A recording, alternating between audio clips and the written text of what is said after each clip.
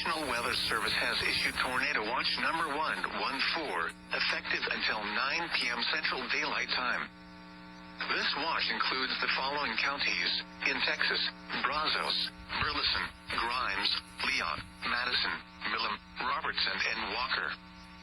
Remember, a tornado watch means the conditions are favorable for the development of severe weather, including tornadoes, large hail and damaging winds, in and close to the watch area. While severe weather may not be imminent, persons should remain alert for rapidly changing weather conditions and listen for later statements and possible warnings. Stay tuned to NOAA Weather Radio, commercial radio and television outlets, or internet sources for the latest severe weather information.